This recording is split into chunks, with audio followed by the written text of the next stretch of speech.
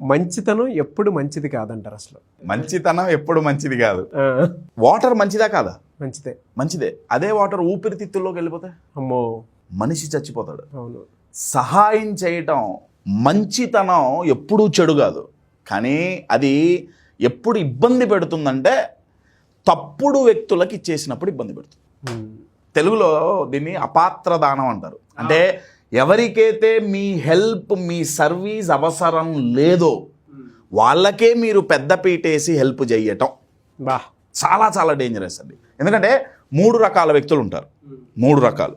First type ఏంటంటే మీ మంచితనాన్ని మీరు చేసిన హెల్ప్ని గుర్తుపెట్టుకొని గ్రాటిట్యూడ్తో ఉండే రకం.